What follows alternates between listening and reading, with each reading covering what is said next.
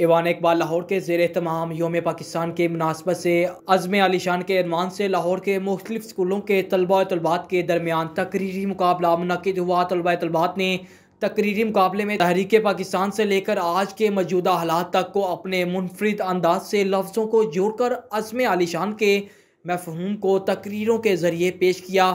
मुकाबले के जजेस जिनमें डॉक्टर ज़ैबुलनिसा सरविया, शायर व अदीब मुमताज़ राशिद, लेक्चरार सबा सैफुल्लाह शामिल थे। तकरीरी मुकाबले में बच्चों ने टैबलो और मिली नगमे भी पेश किए। हाज़रीन मजलिस ने बच्चों की खूब हौसला अफजाई की। मेहमान खसूसी डॉक्टर ज़ैबुलनिसा सरविया और मुमताज़ राशिद ने अपने खिताब में बच्चों की हौसला अफजाई करते हुए कहा कि कौमी ज़ुबान उर्दू के तलफ़्फ़ुज़ की अदायगी और इसकी इस्लाह वक्त की अहम ज़रूरत है, जिसके लिए उस्ताज़ इकराम को तवज्जो देना होगी। इनका कहना था कि आज के ये बच्चे हमारे मुस्तकबिल के मेमार हैं। आने वाला कल आप लोगों के हाथ में होगा। पाकिस्तान मजबूत होगा तो हम भी मजबूत होंगे। मुकाबले में पहली दूसरी पोजीशन लेने वाले तलबा तलबात में इनामात तकसीम किए गए। रिपोर्ट कर रहे थे HM Fayaz, prime star news Lahore.